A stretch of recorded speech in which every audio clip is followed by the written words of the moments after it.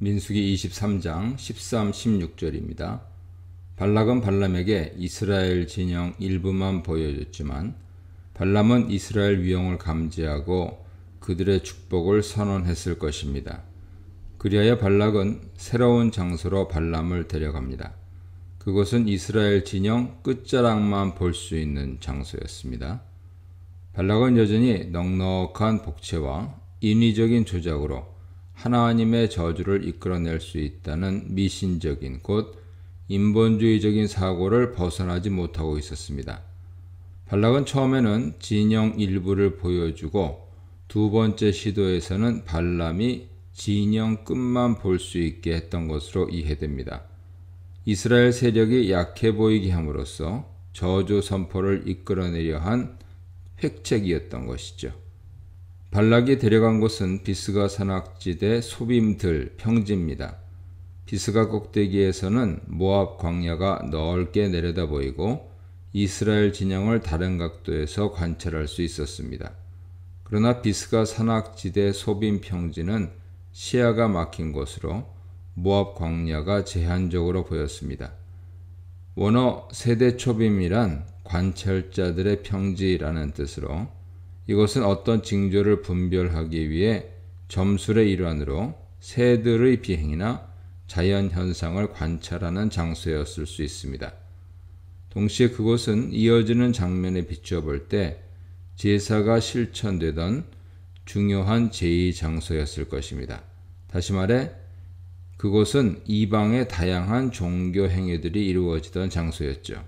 발람과 발람은 첫 번째 장소에서 그랬던 것처럼 7제단을 쌓고 7마리 소와 7마리 순양을 준비해서 제사를 드렸습니다. 각 제단에 소 1마리와 순양 1마리를 불에 태웠습니다. 그리고 제물들이 타고 있는 동안 발람은 다시 한번 발락에게 저기서 여호와를 만나 신탁을 받겠다고 말하고 장소를 옮깁니다. 여기서도 발람은 하나님 임재를 기대하면서 한적한 공터, 아마도 이방 점술가들이 신탁을 받곤 했던 근처의 한 장소로 갔을 것입니다. 하나님께서는 다시 발람에게 나타나셔서 전과 동일하게 말씀을 전달하셨습니다. 17, 24절입니다. 발람은 여호와의 두 번째 신탁을 받은 후 발락에게 돌아갔습니다. 발락은 발람이 하나님께 어떤 예언을 받았는지 즉시 묻습니다. 이것은 첫 번째 시도에서 나타난 발락 태도와는 사뭇 다르죠. 이전에 발락은 적극적인 모습을 보이지 않고 단순히 발람의 말을 수동적으로 듣는 태도였습니다. 그러나 지금은 발락이 먼저 적극적으로 말을 꺼내고 질문을 던집니다. 그의 입에서 도리어 기이하게도 여호와의 권위를 인정하는 말이 나옵니다. 여호와께서 무슨 말씀을 하시더냐? 발람은 자신이 받은 두 번째 예언을 시적으로 선포합니다. 십볼의 아들 발락에게는 그 내용이 실망스럽게도 첫 번째 내용과 다를 바 없었습니다. 요컨대 이스라엘은 여호와의 복을 받은 백성으로 저주를 선포할 수 없다 하는 것이죠. 발람은 하나님이 어떤 신이신지 발락에게 알려줌으로써 예언을 풀어내기 시작합니다. 하나님은 사람이 아니시고 인생, 문자적으로는 사람의 아들인데요. 인생이 아니십니다.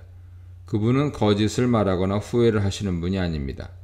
인간의 마음은 거짓으로 가득 차 있고 상황과 이해관계에 따라 변덕이 심하며 그 마음은 어제와 오늘이 다를 수 있습니다. 하지만 하나님은 사람과 같지 않으십니다. 그분은 거짓이 없으시고 뜻을 마음대로 바꾸시는 분이 아닙니다. 하나님이 어찌 그 말씀하신 바를 행하지 않겠는가 라고 발람은 선언합니다. 사무엘상 15장 29절도 동일하게 말하죠. 이스라엘의 지존자는 거짓이나 변개함이 없으시니 그는 사람이 아니시므로 결코 변개치 않으심이니이다. 35절은 하나님 마음이 변경될 수 없는 것은 아님을 말해줍니다. 자신 백성과 교제하시는 인격적인 하나님은 자신의 섭리 가운데 최종 목적을 위해 앞서 결정하신 것을 잠시 바꾸실 수 있습니다. 하지만 그분의 최종 목적이 바뀌는 것은 아니죠. 이스라엘을 언약 백성으로 삼아 복 주시겠다는 그분의 주권적 결정과 계획은 번복될 수도 변할 수도 없습니다. 이스라엘을 향해 복을 선포하라는 신탁을 받았으니 발람은 그저 순종할 뿐이라고 말합니다. 보라, 내가 복을 빌라는 명령을 받았다. 그분은 복을 내리셨고 나는 그것을 되돌릴 수 없다. 이어지는 21절은 다소 난해합니다. 여기서 허물과 반역에 해당하는 히브리어 의미가 분명하지 않습니다. 크게 세 가지 해석이 가능한데요. 첫째, 하나님께서 야곱의 허물과 죄를 보지 않으셨다. 둘째, 하나님께서는 야곱의 불행과 어려움을 본 적이 없으셨다. 셋째, 누구도 야곱의 불행과 고통을 본 적이 없다. 가능합니다. 첫 번째는 개역개정과 동일하지만 매우 어색하죠. 하나님께서 이스라엘 백성의 죄와 허물을 보지 않으신다는 것은 선뜻 이해하기 어렵습니다. 두 번째와 세 번째 해석이 보다 타당해 보이는데요. 그들은 불행한 백성이 아니고 갖은 역경에 시달리며 고통당하는 백성이 아닙니다. 잠시 그런 어려움이 닥칠지언정 하나님께서는 언제나 그들을 복으로 채워주셨다 하는 말씀이죠. 그로 인해 이스라엘 진영 가운데서 왕을 외쳐 부르는 소리가 흘러넘칩니다.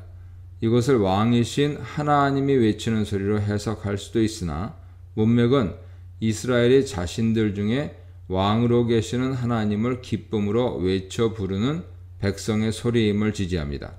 또한 하나님께서는 이스라엘 백성을 인도해 내셨습니다. 인도했다 하는 것은 분사 형태이므로 그들이 이끌어내고 계신다로 해석하는 것이 바람직합니다. 다시 말해 완전한 출애굽은 아직 진행 중이죠. 출애굽 드라마는 가나안 입성과 더불어 비로소 마무리될 것입니다. 하나님이 이끌어내신 백성은 들소와 같이 그 위세가 대단합니다. 이제 발람의 예언의 노래는 절정으로 치닫습니다. 이스라엘 백성을 저지할 방법은 없습니다. 그들을 막으려는 점술도 복술도 아무 소용이 없습니다. 발람은 이러한 진술을 통해 자신의 신분을 무심코 드러내고 있죠. 그는 수백 킬로미터나 떨어진 지역까지 소문이 난 비범한 신통력을 자랑하는 무당이요 점술가입니다. 그러나 이스라엘에게는 그런 마법과 저주의 주문이 아무 소용이 없고 오히려 발람은 하나님께 찬사를 쏟아냅니다. 모든 사람들의 입에서 야곱에게 이런 말이 회자될 것입니다. 하나님께서는 도대체 이들을 위해 무슨 일을 하셨단 말인가? 그 어떤 것도 이스라엘을 막을 도리가 없으니 그들은 모든 적들을 무찌를 것이다. 그들은 마치 사냥감을 막 잡은 고기를 뜯어먹는 사자, 고기에서 뚝뚝 흐르는 피마저 모두 들이켜 마시는 사자와 같을 것이다 라고 말이죠. 25-26절입니다. 발람의 두 번째 예언도 원치 않는 이스라엘 축복으로 끝나자 발락은 화가 끝까지 치밀어 올랐습니다. 그는 발람에게 이제는 저주든 축복이든 더 이상 아무 말 하지 말 것을 요구합니다. 그러나 발람은 발락에게 앞서 말한 것을 반복하여 대답합니다. 나는 여호와께서 말씀하신 것을 말하지 않을 수 없다고 말이죠. 현재까지는 발람이 충성스럽게 하나님 지시를 잘 따르고 있는 것이 분명합니다. 그러나 발람이 발락의 두 번째 부탁을 받아들인 것을 볼 때 그의 마음 중심까지 그러했는지는 강한 의구심이 듭니다. 발락이 그를 두 번째 장소로 데리고 갔을 때 그는 행여나 하나님이 다른 말씀을 하지 않으실까 기대하고 있었던 것이 분명합니다. 그는 여전히 자신의 욕심을 따라 하나님을 자기 편으로 만들려는 사람이었습니다. 27절로 30절입니다. 발락은 생각을 바꾸어 더 이상 발람에게 사실을 은폐하려 들지 않습니다. 발락은 발람을 세 번째 장소인 부올산으로 데려갑니다. 그곳은 모압 광야 전체가 시야에 들어오는 전망대 같은 산이죠. 그가 던진 마지막 승부수는 이스라엘 본 모습을 있는 그대로 발람에게 보여주는 것이었습니다. 발람의 심경이 바뀌어 자신을 위해 그들에게 저주를 퍼부어 줄지도 모른다는 막연한 기대감 때문이었습니다. 하나님을 자기 편으로 삼으려는 그의 의도가 완전히 사라지진 않은 것이죠. 부올산은 두 번째 장소인 소빔평원, 고원지대와 마찬가지로 비스가 산악지대에 속했던 것으로 보입니다. 즉 그 산은 비스가산 소빔 지역에서 멀지 않은 곳으로 소빔평원과 달리 모압 광야 전체가 한눈에 들어오는 산이죠. 모세가 죽었던 느보산도 넓은 비스가 산악지대에 속해 있었습니다. 아마도 이것은 25장 바알볼 사건이 발생한 장소일 것입니다. 발람은 거기서도 앞서 두 번의 시도에서 그랬던 것처럼 동일한 방식의 제사를 발락에게 요구했습니다. 7제단을 쌓아 7마리 수수와 7마리 순양을 바쳤습니다. 이 문단에서는 포기 없는 유혹, 이방도 인정하는 여호와, 인간과 다른 하나님에 대해 묵상해 보시기 바랍니다.